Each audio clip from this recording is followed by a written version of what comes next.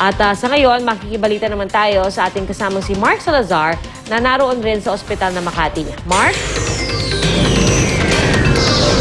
Pia, halos sinabi na rin naman ng kompleto ni Dr. Efren Domingo, ang surgeon, private doctor yan ni Janet Lim Napoles na mula sa St. Luke's, ang nag-operate kay Janet Lim Napoles mula alas 8 na umaga hanggang alas 10 na umaga kanina.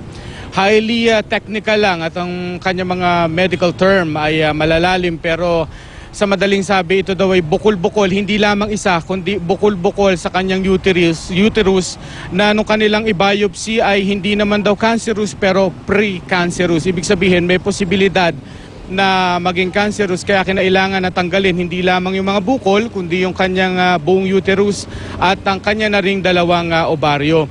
Sinabi, nilinaw ni Dr. Domingo na hindi man life-threatening yung mismong bukol-bukol na ito.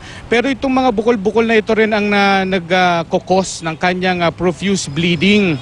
Na ito naman ang maaring maging life-threatening, na yan ang nilinaw ni Dr. Domingo. Ngayon, isa sa tinanong namin kung ano yung nilalaman ng kanyang report sapagkat required ang mga doktor ni Napoles na magbigay ng kanilang report sa korte sa Makati RTC tungkol sa kinalabasan ng operasyon at ano lalaman nito dahil hanggang kailan ba mananatili dito sa ospital ng Makati si Janet Lim Napoles.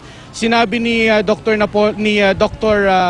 Domingo na hinanda ng lakalang report at basically sinasabi nila na ito ay successful at kinakailangan daw siguro ng 1 linggo bago maka-fully recover itong si Napoles at kinakailangan pa ng 3 to 4 weeks para naman sa kanyang mga mahalagang check-up.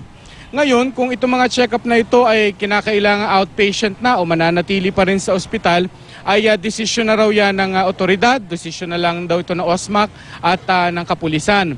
At sa malapit na rin daw na sila ay mag-sign out sa kaso na ito sapagkat tapos na yung kanilang papel at ito yung operahan si Napoles at nakasalalay na lahat sa pamunuan ng OSMAC at ng otoridad kung ano ang magiging susunod na hakbang kaugnay nitong medical management kay Janet Lim Napoles. Pia? Mark, may impormasyon ba tayo o balita kung sino-sino ang mga nagbabantay na mga miyembro ng pamilya ni Janet Lim Napoles at kung kamusta yung kanyang seguridad dyan sa loob ng mismo ospital dahil isa nga sa mga idinaing niya sa Department of Justice meron din mga banta sa kanyang buhay.